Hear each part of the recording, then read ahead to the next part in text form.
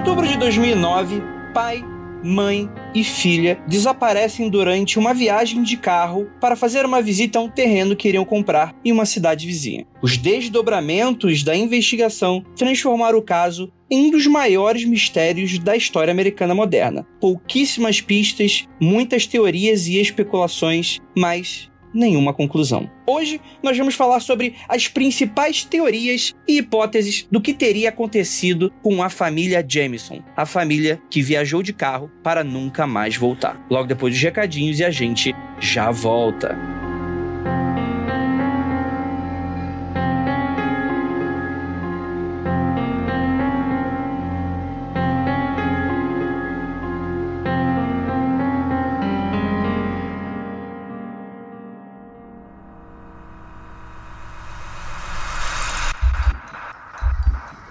Não há nada de errado com seu áudio. Adentramos agora através dos seus sentidos. Estamos preparando você para o que vai acontecer nos próximos minutos. Além do que conhece por tempo e espaço, o contato com algo além. Não conte para ninguém e nunca olhe para trás, pois este é Mundo Freak Confidencial.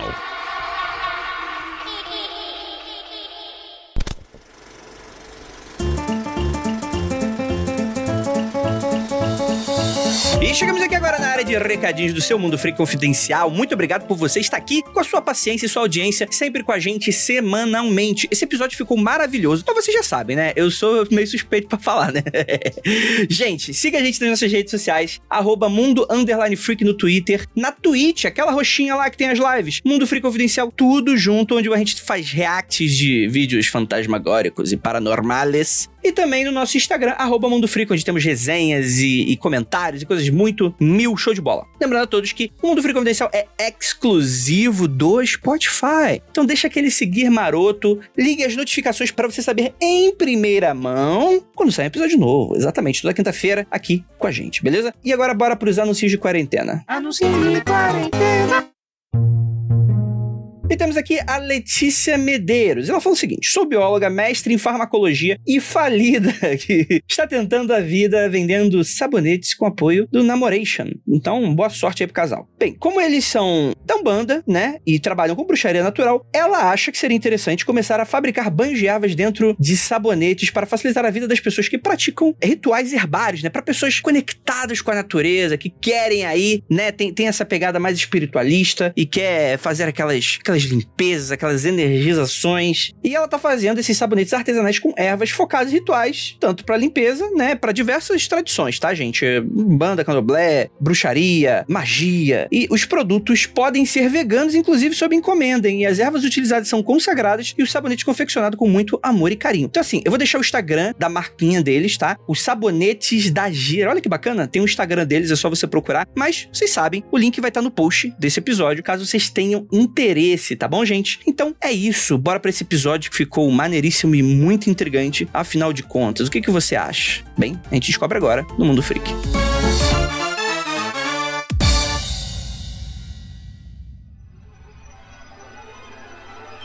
I'm Mo Rocca, and I'm excited to announce Season 4 of my podcast, Mobituaries. I've got a whole new bunch of stories to share with you about the most fascinating people and things who are no longer with us. From famous figures who died on the very same day, to the things I wish would die, like buffets. All that and much more. Listen to Mobituaries with Mo Rocca wherever you get your podcasts.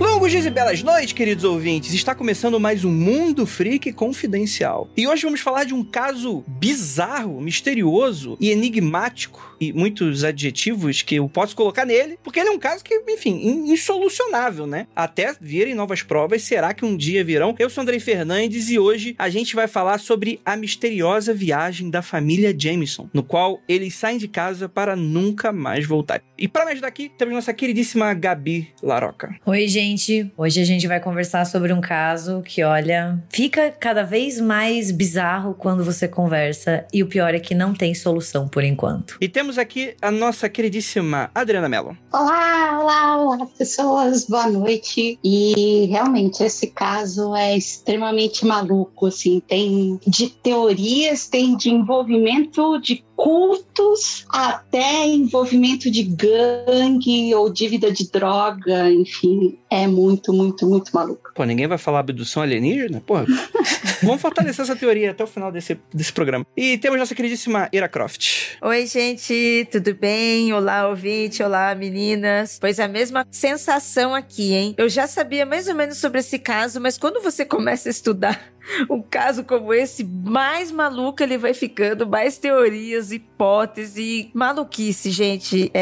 Fique até o final, hein? E temos uma convidada especial, especialíssima, roteirista, escritora, entidade internautica, Paula Feb. E aí, minha querida, tudo bem? Olá, gente, muito obrigada pelo convite, viu? Tô muito feliz por estar aqui. Eu sou a Paula Feb, escritora, roteirista, psicanalista, mestranda em psicologia criminal e forense, e dizem que o que eu faço de melhor é perturbar os meus leitores. Meu mais recente livro, Vantagens que Encontrei na Morte do Meu Pai, tá à venda pela Dark Side Books. E eu também apresento o podcast Teorias de Quinta, que é um original Spotify. E, gente, esse caso da família Jameson é uma coisa, né? Porque, assim, eu sei que eu comecei a ler sobre ele, pesquisar sobre ele, e, assim, quando você começa, você fala, ah, não, isso daí, imagina, isso daí é fácil. E aí, um elemento aqui, outro ali, aí você não consegue entender nada do que aconteceu, né?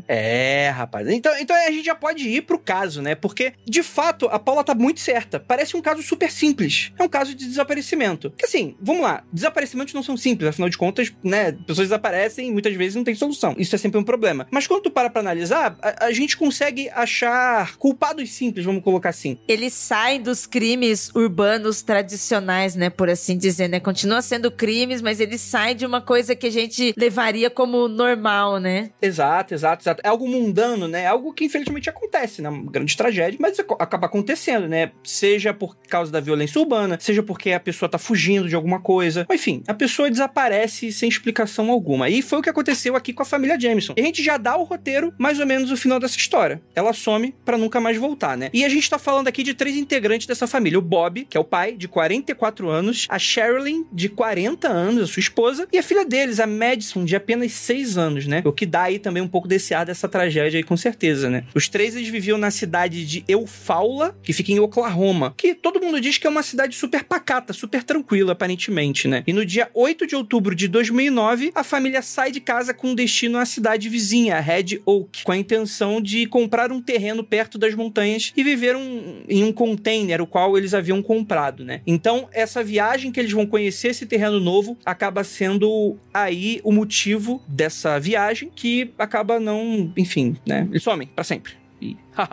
né? E agora? O que a gente tem, né? Mas você já conhecia o caso? Olha, Andrei, como eu sou meio viciada em zerar no YouTube vídeos de crimes reais, eu já tinha visto alguma coisa a respeito, sim. E o que me impressiona é... Você vê, é um crime que aconteceu em 2009 e de lá para cá não apareceu mais nada em termos de provas, enfim, os corpos a gente sabe que foram encontrados, etc. Mas, assim, é um crime que continua em aberto, né? Uhum. Total.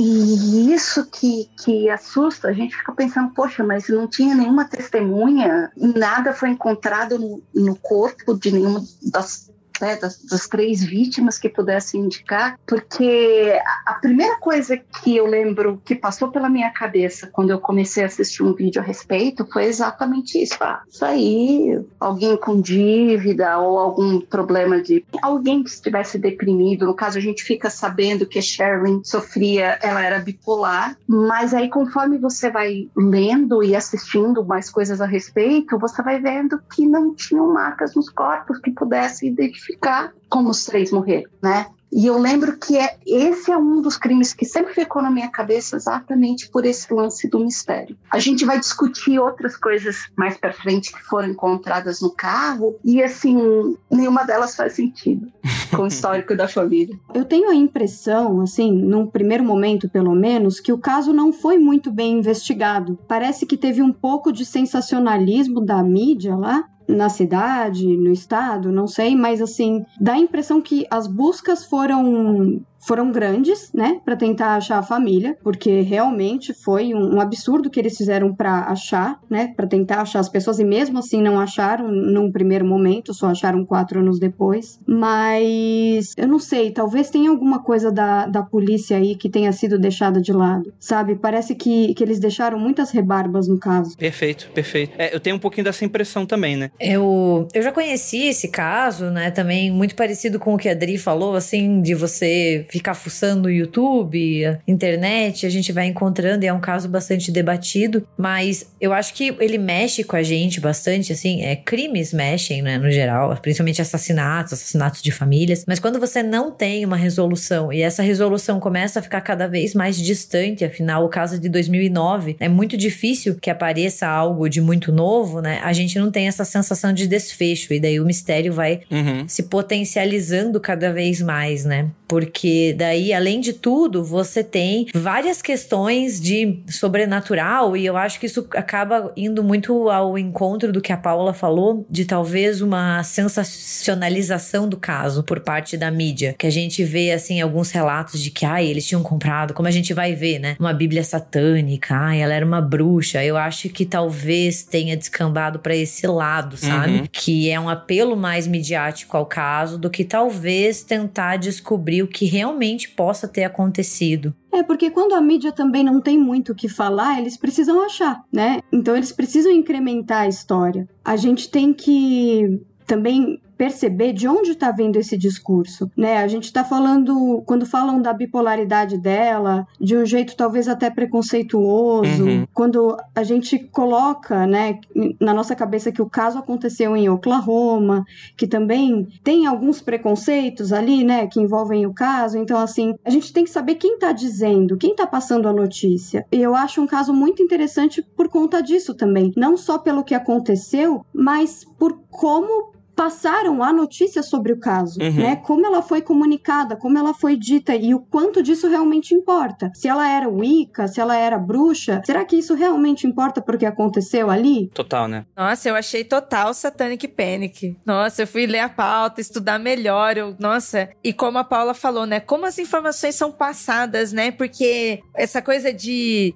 acusá-los também, né, que tava fazendo bruxaria, que tinha Bíblia satânica, partiu da família também, e partiu desses comentários alcoviteiros, sabe? Sabe, a pessoa que quer muito ajudar, mas também está fomentando esse tipo de preconceito, e normalmente um preconceito religioso, né? A gente vai ver aqui no programa, vai ver na pauta, como que esses elementos estavam na casa deles, e não tem nada que prove que esses elementos eram o do mal, sabe? Eles poderiam estar usando esses elementos a favor do que eles estavam vivendo ali, mas a notícia vazou como se eles estivessem usando isso pra alguma coisa. Dá muito um ar de Satanic Panic, sabe? Dá muito um ar de perseguição de bruxa com isso. Total, mas pra gente dar continuidade a esse caso, o pessoal entender mais ou menos como é que fica a relação desses fatos, a família sai dia 8 de outubro de 2009. É um caso bem recente, né? Tem um pouco mais de 10 anos. E 8 dias depois, ou seja, dia 16, a polícia localiza o carro da família num condado próximo, condado de Latimer, por volta de 1 hora da casa do Jameson.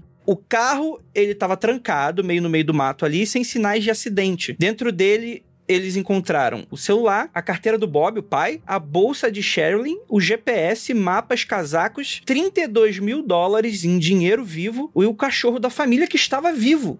né? Bastante impactado, com fome, naturalmente. Tá vivo até hoje, eu acredito, o cachorro, né? Eu fui procurar saber dessa informação. Enfim, né? Sem sinal da família. Não, só quero fazer um complemento, porque eu fiquei muito preocupada com o cachorrinho. Ficamos preocupados com o cachorro.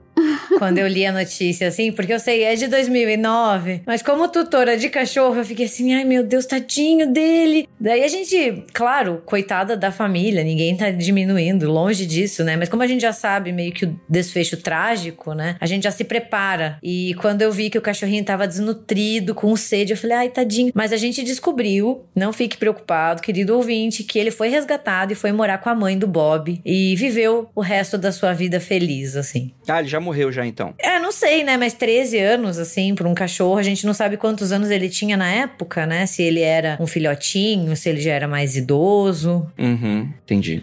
O único que sabia a verdade. Rapaz. Foi com ele pro túmulo. E o que é impressionante nessa história é aquilo, né? O carro, ele foi encontrado trancado, sem marca de acidente, sem marca de tiro, sem de marca violência, né? De violência, de absolutamente nada. Então é como se a família tivesse parado no meio do nada, estacionou o carro no meio do nada, saiu e algo aconteceu quando eles estavam fora do carro. Que é bem no meio do nada, né? Porque se passou 4 anos, de fato, não devia estar nem muito próximo da estrada, né? Foi uma galera meio que acabou esbarrando no carro que tava passando próximo. Porque se fosse um carro que simplesmente parou na beira de estrada, em menos de um ano, com certeza alguém pararia pra ver o que tá acontecendo. Encontra um carro trancado, passa lá toda hora, ninguém leva o carro, vão chamar a polícia e a polícia vai tentar ver o que tá acontecendo. Mas não, né? Então realmente foi no meio do nada, o que é estranhíssimo quando a gente para pra analisar. Na verdade, era meio que um estacionamento, assim, não super delimitado, né, assim, mas era um lugar onde as pessoas paravam os carros para começar a andar lá pela montanha e tudo mais, né. E aí acharam, até acho interessante a gente falar da foto da Madison, né, da menina de 6 anos que acharam. E aí eu tinha até uma teoria sobre isso, mas aí tem essa questão a gente não sabe, né, quem tirou a foto. É uma foto um pouco estranha, acham, né, dizem que é uma foto um pouco estranha, porque não dá pra saber se ela tá triste, se ela tá feliz, e ela tá na montanha, na verdade. Só que assim, esse celular, né, onde tava essa foto, ele voltou pro carro, né, então ele foi tirado, essa foto foi tirada na montanha, e aí voltou pro carro. Então assim, se tivesse acontecido alguma coisa lá, enquanto estavam tirando essa foto, esse celular não teria voltado, né, é uma coisa que eu fico repassando, assim, na minha cabeça, que eu fico pensando muito. Eu vou deixar essa foto pros ouvintes darem uma olhada e darem um pouquinho da teoria deles, mas e a foto da Madison, né, numa pedra, e ela tá com uma expressão até meio esquisita, né, o que depois, mais pra frente, os parentes vão até falar que, putz, tá estranho mesmo, porque a Madison adorava tirar foto, então ela era uma garota muito felizinha, então não parece condizer com, mas é difícil, né, a gente se basear só nisso, né, pra fechar alguma coisa. Não, é uma foto bastante misteriosa, né, ela acaba dando, assim, um pouco mais de caldo pra toda essa aura, né, estranha que esse caso tem, que ela tá com os braços cruzados e a gente não consegue muito bem identificar se ela tá confortável ou não, né, se ela tá sorrindo ou não, se ela tá feliz ou triste. E como o próprio Andrei falou, depois de algum tempo, alguns familiares próximos olharam essa foto e ficaram bastante espantados, falando que provavelmente tinha sido encenada, porque não parecia a Madison que eles conheciam, que era muito descontraída, muito espontânea, então parecia muito que ela tava posando e que estava sendo encenado e que não era ela, assim, que gostava de aparecer na câmera, né? E isso acabou criando, né, mais um mistério, porque foram os pais que tiraram essa foto ou foi alguma pessoa desconhecida? O que explica, como a Paula falou, esse celular voltar pra dentro do carro depois, né? Porque se fosse encontrado lá em cima, você poderia dizer que foi um roubo seguido de assassinato ou algo que deu muito errado, mas o celular volta pra dentro do carro. E isso contribui demais pra você pensar, putz, alguma coisa muito estranha aconteceu aí. E tem o fato de que, tipo assim, tinha dinheiro no carro, né? Então vamos levar em conta que talvez o cara tenha pego eles no mato, fez isso tudo, pegou a chave depois de matar eles, voltou pro carro pra verificar alguma coisa e tal, mas deixou tudo lá, deixou a prova do carro, deixou o dinheiro, deixou tudo, né? Então, é isso que não faz muito sentido, porque esse cara, né, que eu também pensei nisso, ele poderia ter encontrado eles na mata, e aí ter feito alguma coisa, enfim, e não necessariamente saberia onde tá o carro, ou qual era o carro deles, e aí tudo bem, ficar o dinheiro, ficar tudo que eles deixaram lá, né, que eles levaram no carro. Mas o celular voltou. Gente, aí dá um nó. É muito estranha. Gente, deixar $32 mil dentro do carro. Que é R$1 bilhão, né? Convertido segundo a nossa... Exatamente essa quantia. Exatamente. Eu fiz o cálculo, tá aqui. E para começo de conversa, né? Ninguém sabe até hoje por que eles estavam carregando $32 mil no bolso, né? Exato. É verdade, nem a família, nem as pessoas em volta, né? A história de vida deles não indicavam nada porque eles estavam fazendo isso, né? E de repente... Mas antes da gente ir um pouquinho pras teorias, a gente investigar um pouquinho da história dessa família, só pra gente completar, mais de 300 pessoas foram envolvidas na procura da família, o que dá a entender que não foi um caso que foi deixado de lado, né? Realmente houve ali uma busca. 4 anos depois, um grupo de caçadores está no meio do mato e encontra 3 ossadas, né? De 2 adultos e uma criança, e exames posteriores acabam afirmando que é o DNA da família, né? E a gente tá falando agora de 2013, né? Que também dá pra gente alguns mistérios, né? Primeiro que os corpos estavam de cabeça pra baixo, no caso, né? Virados pra baixo, né? Infelizmente, por causa do tempo, você só tinha de fato as ossadas e alguns ossos, inclusive, faltando, né? Provavelmente por causa de animais ou algo nesse sentido. Você tinha um buraco no crânio do Bob, só que não dá pra saber se foi por causa do tempo, se foi alguma violência, porque tirando isso, não foi encontrado nada diferente nas outras 2 ossadas. E além disso, eram corpos sem roupas. Porque quando para pra analisar, a roupa deveria ter sobrevivido, né? Por mais que ficasse só trapo por causa das intempéries, não é algo que sumiria depois de 4 anos. Então, adiciona aí um pouquinho desse mistério. E aí, a gente tem as investigações e as linhas de teorias que poderiam explicar esse caso e que não são boas pra mim. Não resolvem nada, né? Pelo contrário, né? Adiciona só interrogações que não dão geralmente em lugares nenhum, né? Quais foram as teorias que vocês viram assim que vocês compraram, assim? Você, Paula, por exemplo, você falou que você tinha uma teoria e acabou que não foi deixada de escanteio aí. Bom, eu acho que, antes de mais nada, ou era alguém que não sabia onde estava o carro, né? Se foi outra pessoa, não sabia onde estava o carro, ou era alguém que não tinha interesse no dinheiro. Então, não era um interesse material. Aí a gente pode pensar em, sei lá, seitas, né? Alguma coisa que tenha a ver com isso, assim. Que queria, na verdade, as pessoas, os corpos. Esse era o interesse, né? Mas não sei também, né? Porque tem uma coisa interessante de pensar, que a gente acabou não citando ainda, que é a carta que a Sherlyn escreveu pro Bob. E eles acharam dentro do carro uma carta de 11 páginas dela basicamente insultando ele. Então, assim, o casamento de fato estava com problemas, né? Então, o quanto isso também deve ser considerado. E outra coisa que eu pensei é que talvez esse dinheiro estivesse sendo levado para terminar de pagar o terreno para onde eles queriam se mudar, e aí alguma coisa aconteceu aí no meio do caminho, alguma pessoa realmente sequestrou e não sabia que eles tinham esse dinheiro no carro e tudo mais, e que esse cachorro tava lá, enfim, e tudo isso aconteceu. Mas, gente, sempre existe furo na história quando a gente pensa nas teorias, e é essa a grande questão, né? Ai, gente, eu vou ser bem sincera, esse caso fica cada vez mais estranho toda vez que eu leio ou que eu assisto algo ou que eu discuto sobre ele. Então, às vezes, quando eu acho que eu tenho uma teoria que possa ir pra algum lugar ou que eu concordo, acaba que tudo é desmontado, sabe? É que nem...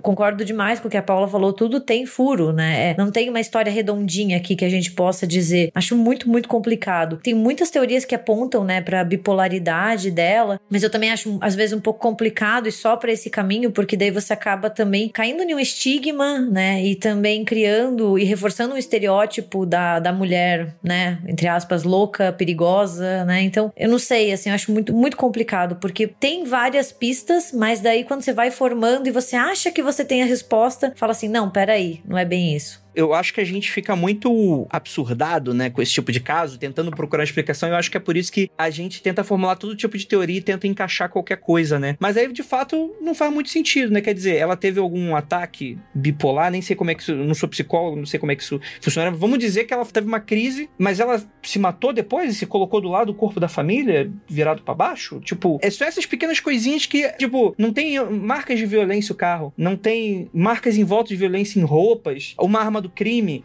Não tem nada, né? É por isso que eu realmente acho que não foi ela, assim. Porque imagina os 3 corpos colocados um ao lado do outro, parecia uma coisa de ritual mesmo, né? Essa teoria de que a Sherilyn teria matado a família, né? Ela é corroborada, né? Principalmente pelo diagnóstico que ela teve. Mas daí entram vários furos, né? Porque o dinheiro encontrado no carro, como a gente falou, aquela foto, o celular, né? E muitos familiares afirmaram veementemente que ela nunca machucaria a própria filha. Que ela até poderia se voltar contra o marido, considerando aquela carta, que eles estavam se desentendendo, mas que ela nunca machucaria a própria filha. E daí entra também isso, como que os corpos foram encontrados tão arrumadinhos, um do lado do outro, se ela teria tirado a própria vida, né? Porque parece muito que alguém foi lá e arrumou e deixou meio como uma cena mesmo, né? Então como ela faria isso, sabe? Eu conheci essa história, né, assim, as pessoas indicarem pro Mundo Freak o tema, né, já sabia que a gente tinha em pauta isso. Eu tinha a sensação dessa história ser uma história de vítimas de um serial killer em alguma situação assim. Justamente por causa disso que você falou, Gabi, pela encenação da coisa, sabe? É que depois que a gente vai conhecendo, a gente vê que tem outros mistérios e pode se ramificar, mas ainda assim, a encenação é muito próximo do que uma pessoa assassina poderia fazer, né? E também justificaria não levar o dinheiro, porque não é o que importa, né? A pessoa só quer matar e fazer alguma coisa. E montar tudo isso, sabe? Uma pessoa muito sádica mesmo, muito teatral, muito inteligente, pra estrategiar toda uma situação, né? Não é nesse programa que a gente vai chegar nessa conclusão, não tem até hoje, né? Não foi descoberto nem nada. Mas, assim, a lembrança que eu tinha, a impressão que eu tinha era de ser um assassino em série por causa disso, de montar cenários. Como assim a gente não vai chegar na conclusão? A gente tem que chegar na conclusão. Vocês são pagos pra isso. Nós temos uma missão nesse podcast.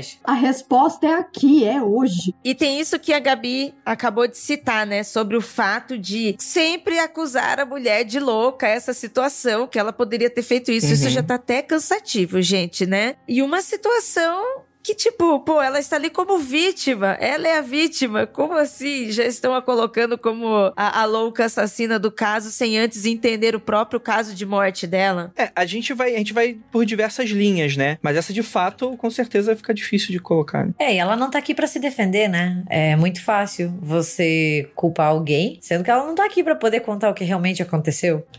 E porque sempre é a mulher também, né? Ninguém falou nada do Bob. Que estatisticamente, inclusive, tem mais chance de ter feito, né? Exato. Só ela pode ter feito. A minha teoria já não é nem o Bob. A minha teoria, assim, apesar que a gente também vai falar que tem uma teoria aí do sobrenatural, dessa vez eu não acho que é o sobrenatural, não. Eu vou mais nessa teoria que teria sido o pai do Bob. Porque imagina, o Bob tinha uma restrição contra o próprio pai. Imagina isso. Eles nunca tiveram, até onde a gente sabe, né? O que ficou averiguado? Que eles tinham um relacionamento horroroso, que o pai era envolvido com gangue, com venda de droga, etc. Eles chegaram até a trabalhar juntos. Abriram uma empresa juntos, né? Não tinha um lance desse? Exato. Eles trabalhavam no posto de gasolina que o pai tinha. Só que eles começaram a ter uma série de problemas a ponto do Bob processar o pai. Sim. E isso foi, assim, 6 meses antes do desaparecimento da família, né? Então, após esse processo, né, foi quando o Bob entrou com esse pedido de restrição contra o pai. E esse pedido de restrição veio por quê? Porque o Bob foi atropelado pelo pai em novembro de 2008, gente. Normal, olha que loucura isso. Quem nunca? Pelo próprio filho. Mas ele tem um álibi bom, né?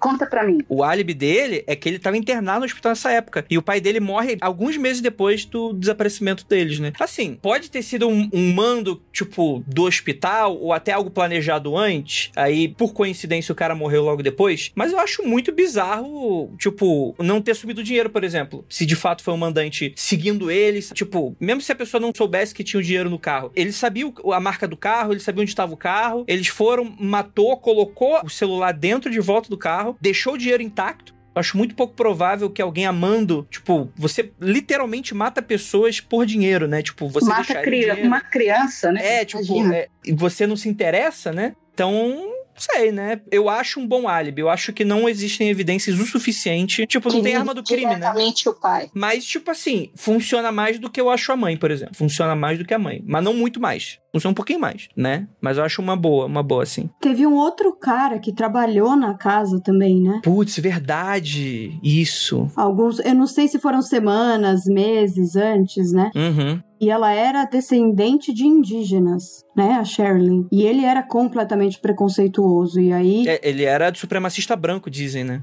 Exato. E aí, eu não lembro direito todos os detalhes, mas eu sei que eles chegaram a brigar muito feio, e ela atirou no chão, né, numa briga com ele. Diz que essa história, ela não consta nos arquivos do desaparecimento, né, mas ela é uma história que circulou bastante. Isso pode até corroborar um pouco, né, com essa ideia de que eles foram mortos por um culto ou alguma coisa assim, né? Porque tinha esse amigo, como a Paula falou, um amigo conhecido, né? Em alguns casos difere se era só uma pessoa que estava trabalhando na casa ou se era mais um conhecido da família, né? Uhum. Que ele foi ajudar com as tarefas e diz que a Sherilyn acabou tendo grandes embates com ele, porque ele era um supremacista branco e diz que ele esperava o Bob sair de casa, né? Pra brigar com ela, pra atacar ela, e ela era descendente de nativos americanos. E diz que um dia ela cansou, assim, meio que foi a gota d'água e expulsou ele de casa e ele não saía. Então ela pegou uma arma e mirou nele e ele não saía, então ela atirou no pé dele pra ele sair e daí ele saiu. Mas chegou a atingir o pé dele ou foi no chão? Não, diz que ela atingiu só no chão mesmo, tipo pra ele, sabe, recuar e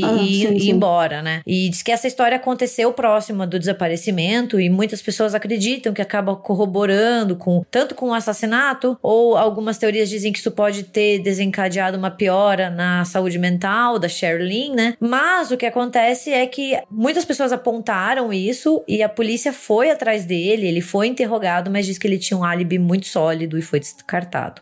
Mas eu não soube qual era o álibi dele também. Eu procurei e a gente não encontra isso em lugar nenhum.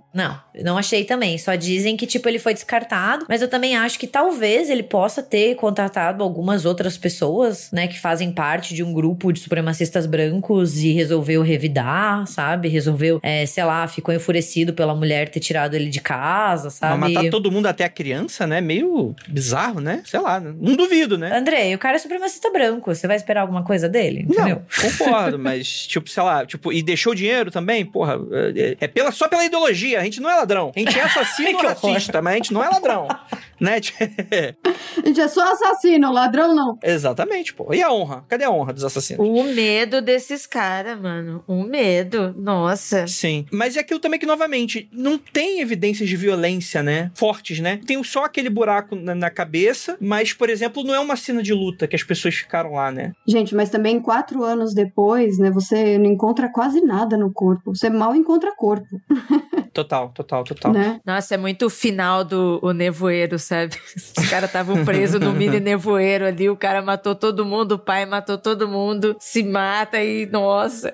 Não, o final daquele filme é desesperador, né? Cá entre nós, assim. E maravilhoso ao mesmo tempo, né? O mais bizarro que seja.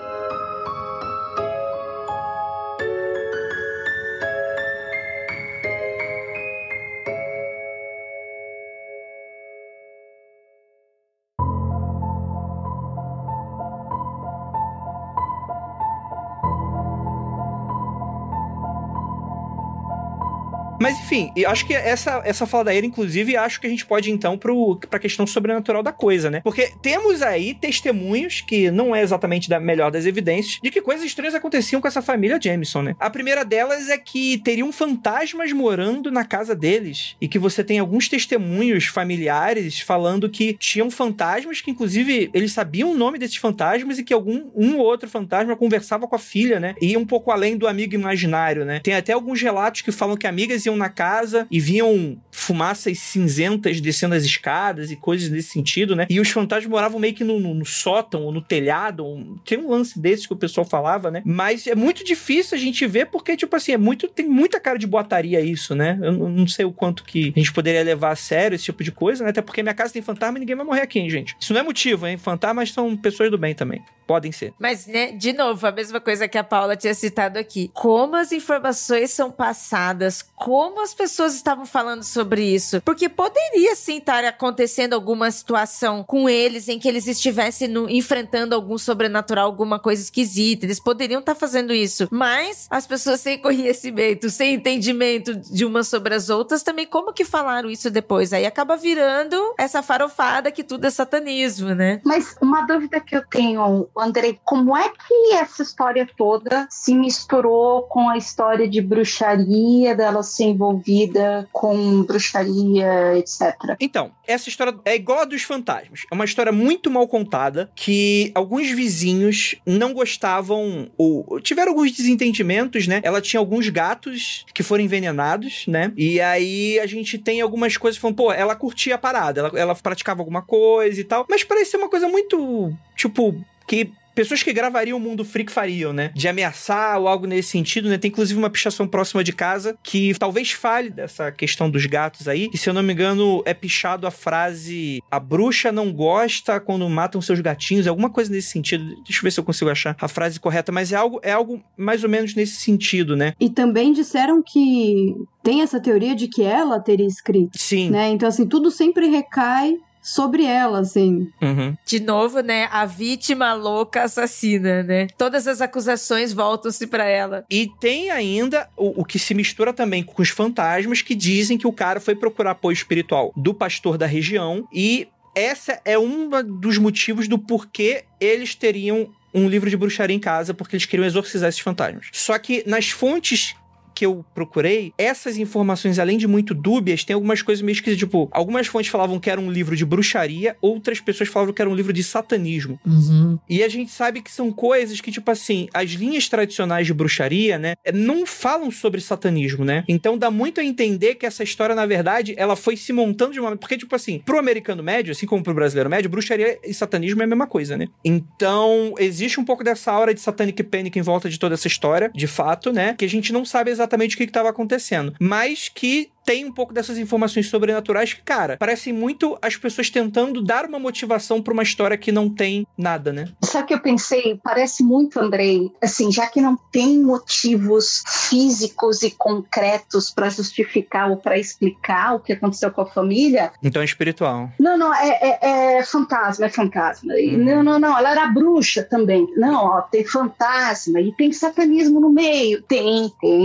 E aí cada um foi colocando um pedacinho a mais. E eu acho que o que corroborou um pouco com toda essa teoria do sobrenatural, claro, além de um pânico satânico, né? E, sei lá, até um interesse da mídia, procurar explicação, isso vende mais, interessa mais as pessoas do que só assumiram. Não, olha, ela espichou no container de bruxas, foi encontrada uma bíblia satânica, tinham espíritos na casa, mas a polícia encontrou imagens da câmera de monitoramento, né? Que ficava fora da casa da família.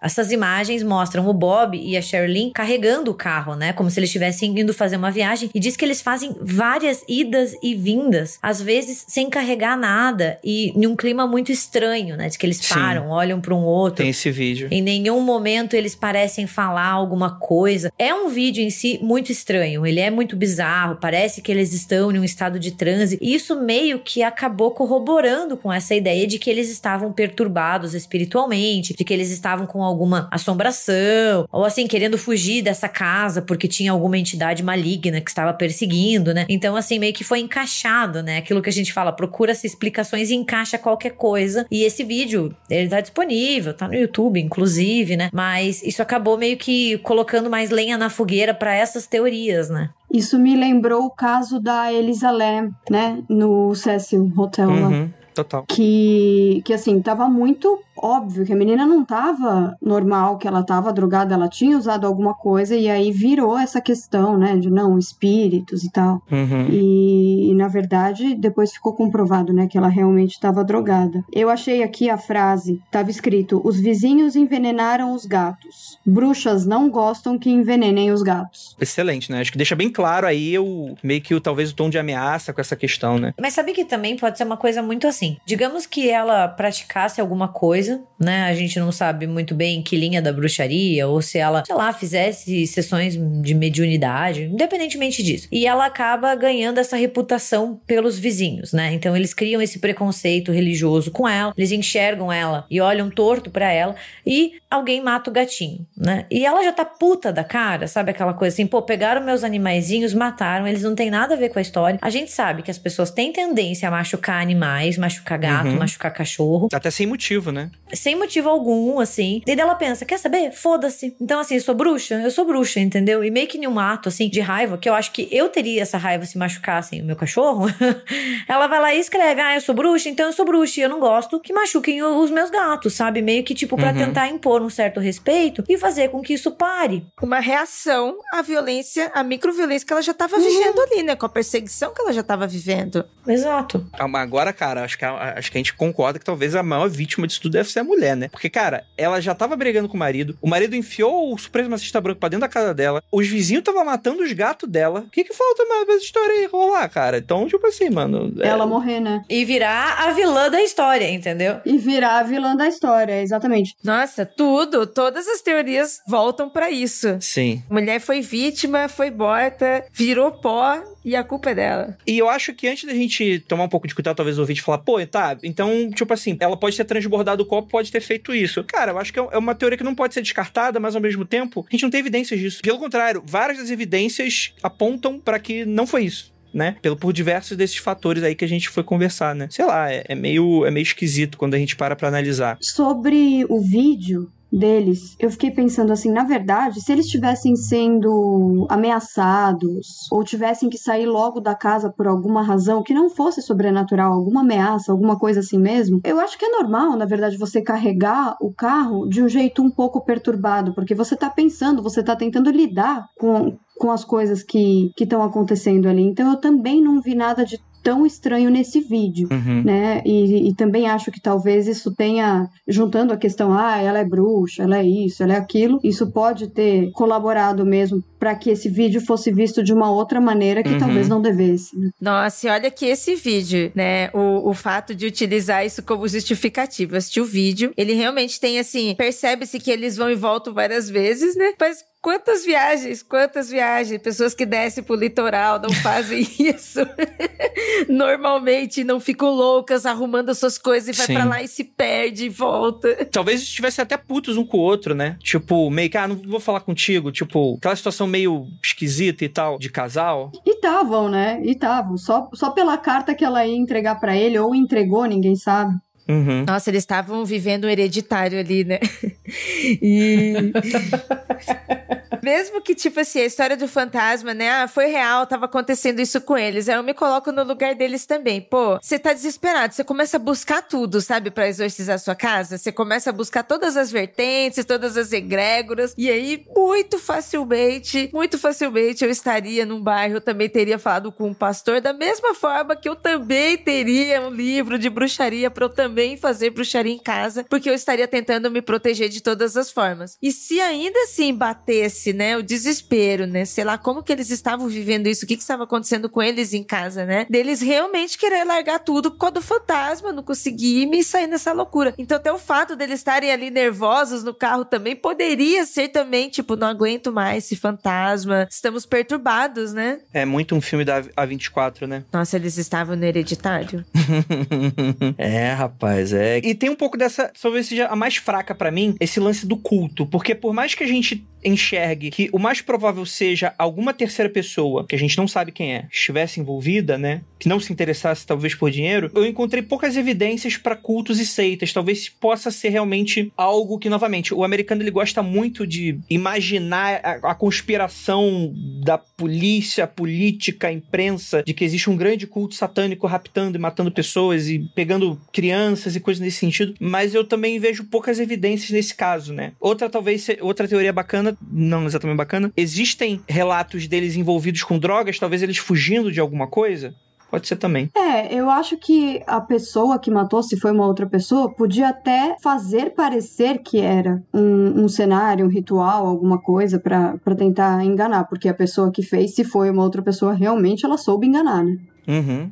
Despistar, né? Exato. Mas, às vezes, eu fico pensando se não pode ter sido uma retaliação daquele homem, sabe? É uma explicação muito simples, mas, às vezes, as explicações mais simples são as que se encaixam melhor, né? Porque essa explicação do culto, né? Às vezes, existem alguns relatos que dizem que era um grupo ligado com supremacistas brancos, né? Por mais que aquele homem tenha o seu álibi, que a gente não sabe qual é, como a Paula lembrou, e é muito estranho, né? Ninguém saber qual era o álibi desse homem. Será que ele não pode ter acionado alguns dos seus companheiros, né? Porque nessa mesma história, né, diz que uma mulher escutou conversas, né, sobre esse grupo supremacista de um homem que era próximo deles e gostava da Madison. Estranho, né? Tipo, gostar da menina e matar ela. Mas esse homem que a Charlene expulsou de casa conviveu com a Madison, né? E fico pensando, assim, se não poderia ser algo relacionado a isso. Não acho que seja uma explicação sem furos, longe disso, sabe? Mas às vezes eu me inclino um pouco a pensar nisso, assim. Um ataque de raiva, talvez até de uma masculinidade ferida, sabe? Como essa mulher ousou me expulsar da casa dela, sabe? A gente tem essa questão de ser um supremacista branco, ela ser descendente de nativo americano, sabe? Eu vou ensinar uma lição e entra em contato, sabe? Mas é que o problema é que esse crime parece também muito premeditado, né? Foi alguém que encontrou eles no meio do mato. Seguiu eles, provavelmente, ignorou que talvez eles tenham dinheiro no carro e simplesmente caiu fora. Mas a gente não sabe se foi no mato também.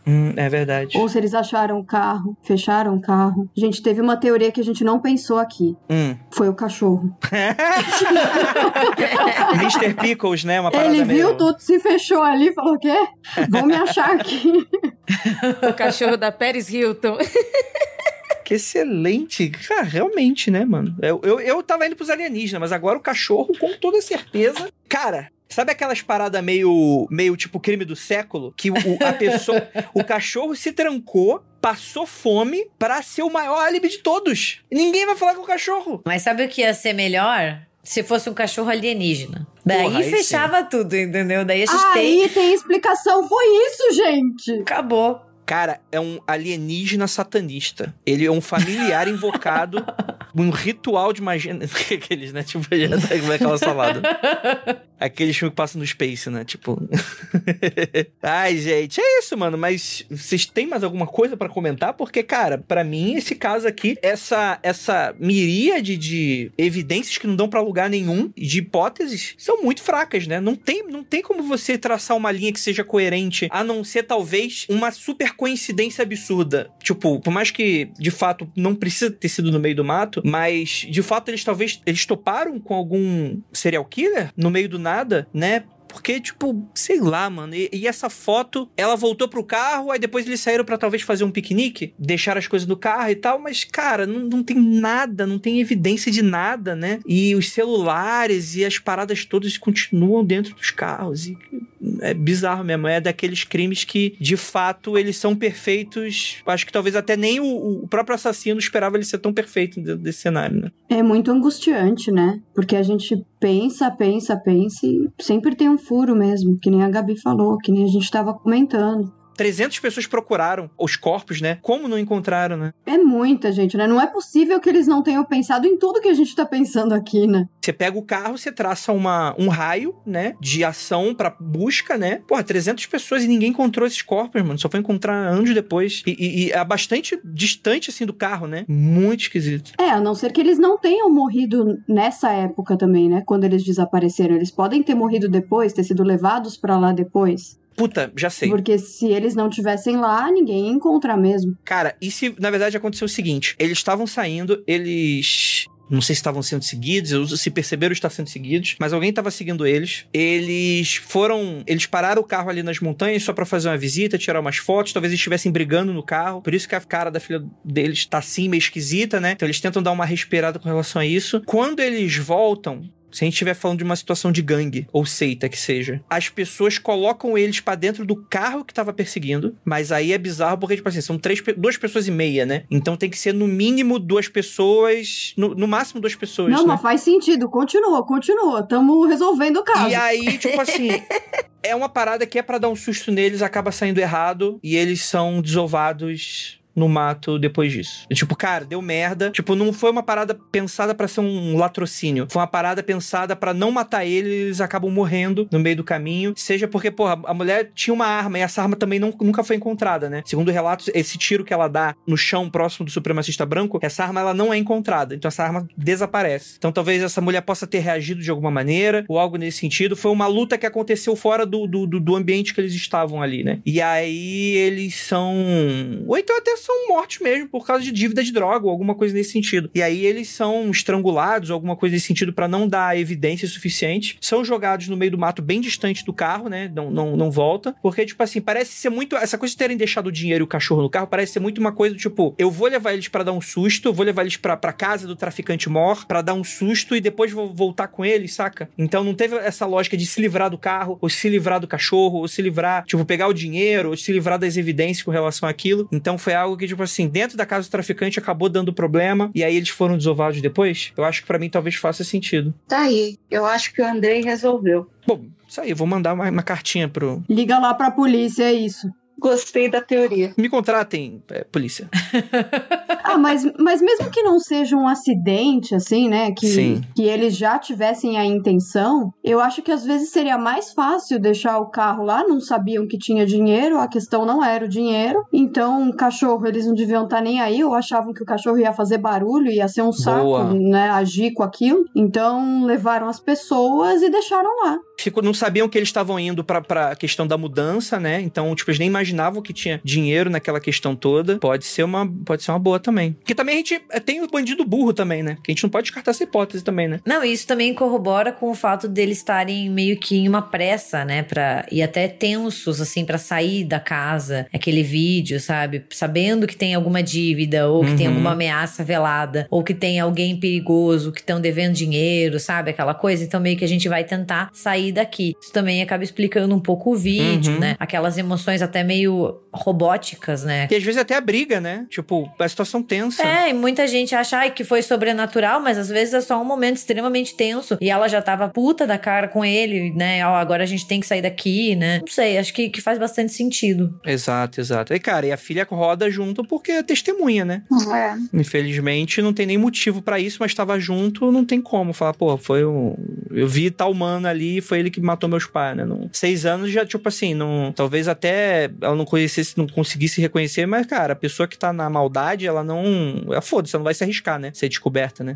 Não mataram quem não ia contar, né? Só fazer um breve adendo, assim, surgiram algumas outras teorias muito, muito nada a ver e que já foram, assim, descartadas porque não tinha pistas, não tinha nada, mas na época, algumas pessoas falaram que eles poderiam ter entrado em um programa de proteção a testemunhas, né? Justamente quando eles sumiram, né? Depois, quando foram encontrados os corpos. Essa teoria foi por água abaixo. Ou que eles até fingiram o próprio desaparecimento pra começar uma nova vida com uma nova identidade. O que também foi por água abaixo quando os corpos apareceram. Mas na época, se a gente pensar, enquanto ainda são só pessoas desaparecidas, pior que faz um pouco de sentido, né? Fugiu e pra não deixar nenhum rastro e meio que largou tudo pra trás, né? Infelizmente, quando foram encontrados os corpos alguns anos depois, essas teorias se provaram extremamente falhas. Total. E é isso, gente. O que você acha que aconteceu nessa viagem maldita da família Jameson? Deixa aí sua teoria, fale com a gente nas nossas redes sociais. E muito obrigado por você ter ficado até aqui. E agora, Paula, queria que você tivesse um momentinho pra você falar de você, falar do seu trabalho, deixar um jabá aí no final desse podcast. Onde que o pessoal te encontra? Bom, eu quero deixar o meu Instagram, que é @paula_feb, FEBBE. E recentemente eu fiz um Twitter também, então é @paulafeb, tudo junto. Quero convidar todo mundo a ouvir o Teorias de Quinta, o podcast mais que um tanto quanto meio que assustador do universo. A gente faz teorias sobre absolutamente tudo. Sobe um episódio novo toda quinta-feira só no Spotify. de graça. E vocês também podem encontrar a minha literatura. Agora, recentemente saiu Vantagens que Encontrei na Morte do Meu Pai, pela Dark Side Books. Vocês podem encontrar em qualquer livraria e online também. Adorei estar aqui e que a gente possa se ver mais vezes. Perfeito, perfeito. E é isso. Gostaria de lembrá-lo a todos que não olhem para trás.